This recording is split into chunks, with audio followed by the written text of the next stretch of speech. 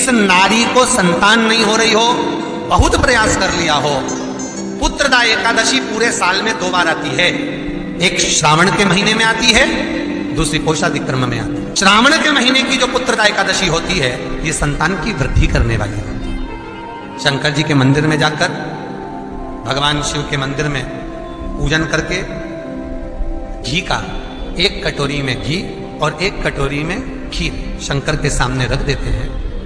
भगवान शंकर के मंदिर पर चौखट पर घी का दिया लगा देते हैं। शंकर जी की चढ़ी हुई 1 बेलपत्र साथ में रखें और 1 बेलपत्र को उठाकर शंकर जी के मंदिर की चौखट पे ही बैठ कर चबा चबा कर खा लेते हैं। जो 1 बेलपत्र लेकर आए हैं वो अपने पति को खिला देते हैं। कहते हैं पुत्रदा एकादशी के दिन ये कर लेने पर संतान की प्राप्ति। शिव महापुराण की कथा कहती है, आप अगर विश्वास रखे हो,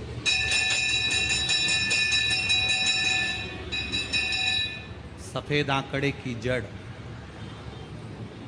जिस नारी का संतान नहीं हो, गर्भ नहीं ठहरा हो, सफेद आंकड़े की जड़, जिस देव अधिदेव महादेव की कथा जिस तुम्बरुका जी ने श्रवण कराई है, शंकर भगवान जिनके सामने बैठकर शिव पुराण की कथा सुन रहे हैं, उन तुमरुका जी का नाम लेकर शिवलिंग पे से 21 बार घुमाकर मंदिर में ही कमर पर 7वें दिन रजस्वला धर्म के जो बांध लेता है और 1 पीपल का पत्ता अवधूतेश्वर महादेव का नाम लेकर शंकर पर चढ़ाकर उसको गाय के दूध में उकाल कर रात्रि को दोनों पति पत्नी अगर पीकर सोते हैं, 3 महीने में भगवान भोलेनाथ उसकी गोद भर देते हैं। ये शिव तत्व शंकर देता जरूर है। माता अंजना के यहाँ स्वयं शिव महापुराण की कथा कहती है, स्वयं शास्त्र वर्णन करता है, माता अंजना माता के गर्भ से संतान नहीं हुई। 42 वर्ष की माता अंजना हो गई थी और 42 वर्ष की होने के बाद भी माता अंजना के गर्भ से संतान नहीं थी। जब संतान नहीं हुई तब बार बार निवेदन करा महाराज केसरी से, तब नहीं संतान हुई तब अपने पिता से जाकर निवेदन करा, पिताजी गौतम बाबा से निवेदन करती है माता अंजना कि मेरे गर्भ से संतान नहीं, मुझे औलाद नहीं, क्या करूं? तब गौतम बाबा ने कहा एक पार्थिव शिवलिंग का निर्माण करो, मिट्टी का शिवलिंग बनाओ, उसकी पूजन करो। और माता अंजना उस मिट्टी के शिवलिंग के पूजन में ऐसी लीन हो गई, ऐसी लीन हो गई कि मिट्टी का शिवलिंग का निर्माण करती, पूजन करती। एक बार देवाधिदेव महादेव ने कह दिया, जाओ पार्वती जरा जाकर पूछो कि अंजना को चाहिए क्या, अंजना माता को चाहिए क्या।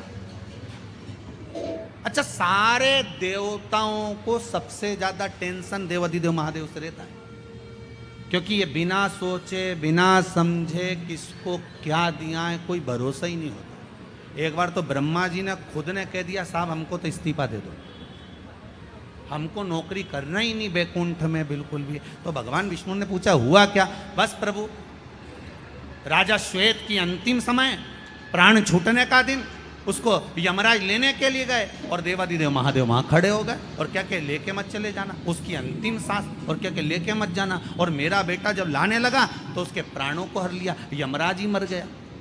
फिर मेरी पोती गई मृत्यु देवी, उससे कहा उठा ला राजा श्वेत को, वो राजा श्वेत को जैसे ही मृत्यु देवी ने फांस डाली, भगवान शंकर ने उसको भी मार दिया। अब बताओ, सूर्य नारायण भगवान बोले कि मेरा बेटा भी मर गया, मेरी पोती भी मर गई, अब बताओ क्या करें। तो भगवान ब्रह्मा जी ने शंकर जी से जाकर कहा, भोलेनाथ ये आपकी आदत बहुत गलत है, जब इसको मरना था तो आपने क्यों बचाया? शंकर जी बोले मेरे मंदिर में बैठा था, जगह तो देखो कि कहाँ बैठा है।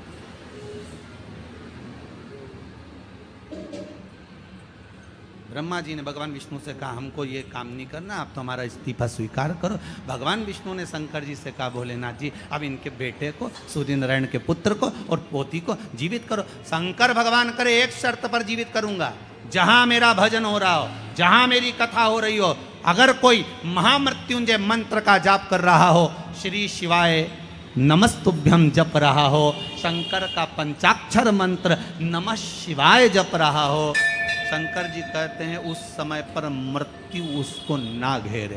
तो इतने में सूर्य नारायण भगवान कहते हैं शपथ लेता हूँ, संकल्प लेता हूँ, जहाँ आपका नाम होगा, अगर पृथ्वी पर कोई मरने का भी समय आ गया तो पहले आपसे पूछा जाएगा उठा ले।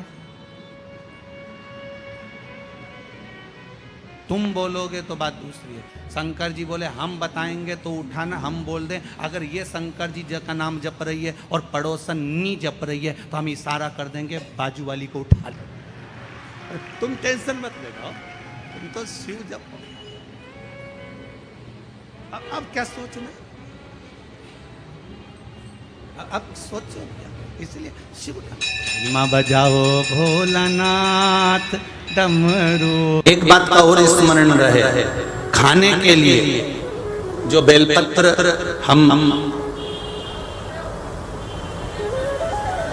जी भगवान हम जो बेलपत्र खाते हैं भगवान शंकर पर चढ़ी हुई, वो 3 की बनी हुई, एक बेलपत्र वाली नहीं खाना।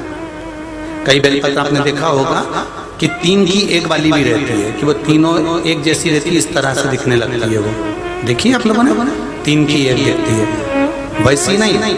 बेलपत्र जो 3 पत्ते की होती है, फिर अच्छे से समझ लेना, जो 3 पत्ते की बेलपत्र होती है उसी बेलपत्र को शिवजी पर चढ़ाकर उसी बेलपत्र का सेवन करना चाहिए। और एक बात और अच्छे से समझ लो, अगर बेलपत्र खाने से मुख में छार आ रहा हो, जीवान क्षारित हो रही हो या छाले पड़ रहे हो, किसी किसी को सहन हो पाता है, नहीं हो पाता, तो हफ्ते में 2 हफ्ते में एक बार पा सकते हैं। वो भी हो तो बेलपत्र को सुखाकर या बेलपत्र की गोली बनाकर पानी से निगल भी सकते हैं, पर उसका जो प्रयोग है, उसका जो आनंद है, वो आनंद ही देगा, उसका फल मिलेगा। आज भी शिव महापुराण की कथा कथी है, जिसके शरीर में काया का रोग हो जाता है, सोराइसिस जैसी बीमारी हो जाती है, खाल निकलने लगती है, चेहरे पर कालापन आ जाता है, आंखों के नीचे कालापन आ जाता है, या शरीर में काले काले धब्बे पूरे शरीर में कहीं पर भी पड़ जाएं, डॉक्टर का इलाज करवाओ, डॉक्टर को शिव मानो, जो दवाइयाँ दे वो खाओ, जांचें करने की बोले जांचें कराओ, पर साथ में एक काम और करो, शंकर भगवान को 5 बेलपत्र 5 दुर्वा समर्पित कर कर एक ही लोटे से 5 बार थोड़ा थोड़ा जल सुंदरेश्वर महादेव के नाम से चढ़ाओ। कौन से महादेव? सुंदरेश्वर महादेव।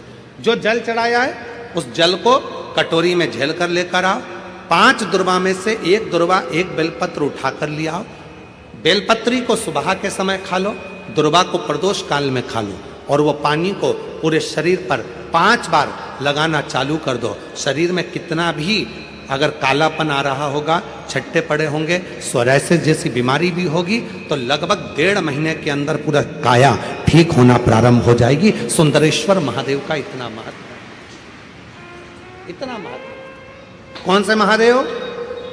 सुंदरेश्वर महादेव। शिव का प्रतिबिंब स्वरूप देखा मीनाक्षी ने, शंकर भगवान का स्वरूप देखा, राजा मलय ध्वज को मालूम पड़ा, और राजा मलय ध्वज ने हाथ जोड़कर सुंदरेश्वर महादेव के साथ में मीनाक्षी देवी का मंगल विवाह कर दिया। जब सुंदरेश्वर महादेव के पास में मीनाक्षी जी आई तो शिव जी ने कहा, ए मीनाक्षी, याद करो तुम पार्वती हो, मेरे करीब में बैठकर मेरे त्रिगुणाकार स्वरूप का वर्णन कर रही थी, तुम्हारे मन में भाव आ गया था कि त्रिगुणाकार प्रभु के लिए मैं भी त्रिगुणाकार कोई स्वरूप धारण करूं, इसलिए तुम्हारा जन्म मलय ध्वज के घर में हुआ और तुम्हारे 3 स्तन हुए।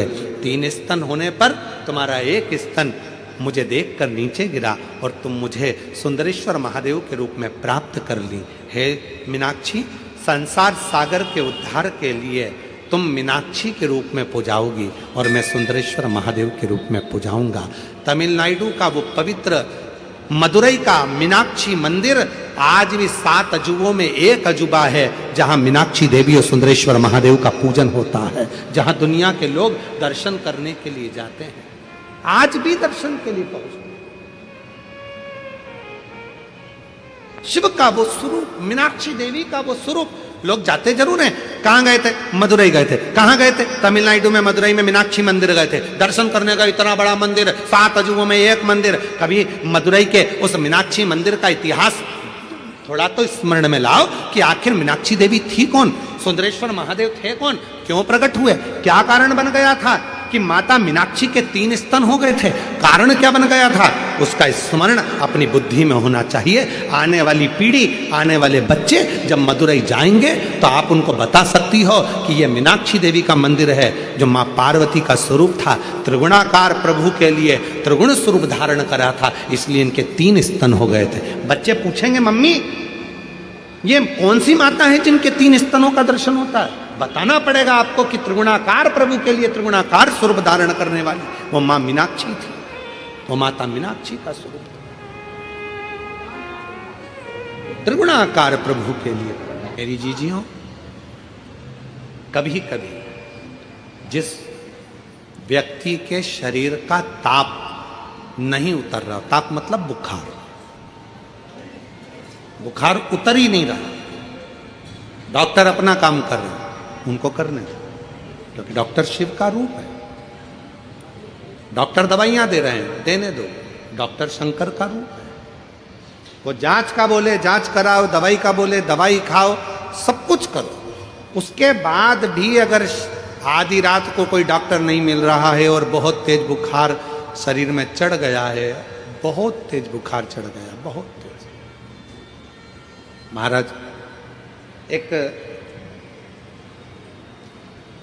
यदि बहुत तेज बुखार चढ़ गया है और उतर ही नहीं रहा और उस समय पर कोई अपने दवाई भी दे दी, सब कुछ कर लिया, पर फिर भी वो बुखार उतरने को तैयार नहीं, तो अपने ही घर में जो भी शंकर का शिवलिंग हो, जो भी शिवलिंग, उसको तुरंत एक पात्र में रख लीजिए और हाथ में 2 कटोरी में या 2 पात्र में जल ले लीजिए और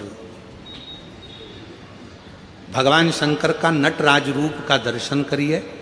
अपनी बुद्धि में नटराज भगवान का स्मरण करो कि जो चारों तरफ नटराज जी के अग्नि है, चारों तरफ। आप लोगों ने नटराज मूर्ति का दर्शन करा है कि नहीं करा? किस किस ने करा है जरा बोलो? सबने करा है ना?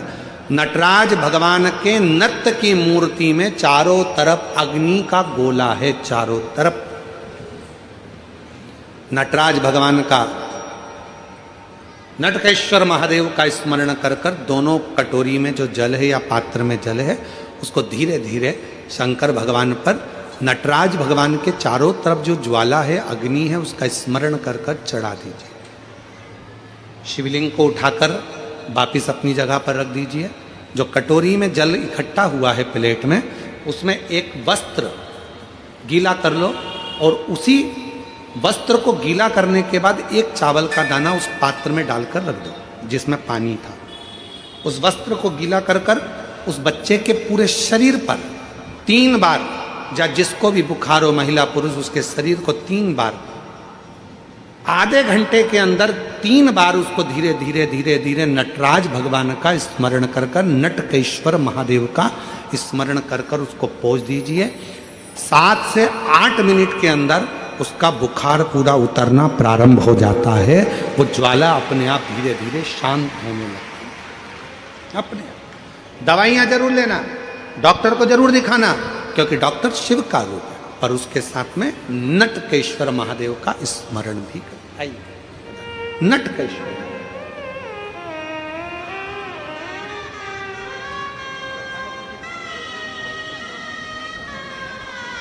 गठान हो गई थी गले में और डॉक्टर की दवाइयाँ बहुत समय से ले रही थी पर आराम नहीं लगा। जांच भी कराई, दूसरी भी, बाबा की कृपा से नॉर्मल आई और अब 2 महीने के अंदर पूरी गठान गल गई। ये शिव की उदारता। जोरदार ताली बजाइए। शंभो। कौन से महादेव का नाम लेना है? जम के बोलिए जरा, नटकेश्वर महादेव। वापिस बोलिए एक बार, नटकेश्वर महादेव। नटकेश्वर महादेव नटराज भगवान के चारों तरफ जो अग्नि का गोला है, उसी अग्नि बिंब का स्मरण कर